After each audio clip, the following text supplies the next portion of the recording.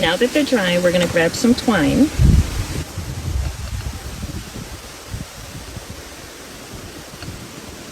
And just make a little slip knot so these can hang right from a tree.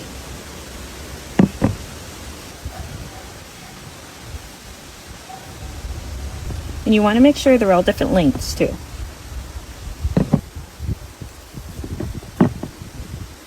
All right, these look good to go. Nice and dry. We've got our strings on.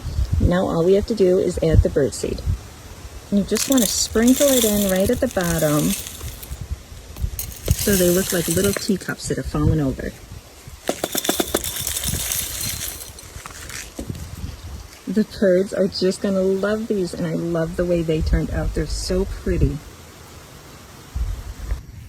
All right, these are hung up and good to go. The birds are going to love these. I love the way they came out, and you can make whatever kind you want from any teacups, any saucers.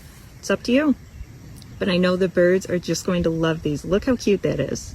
Let me know what you guys think.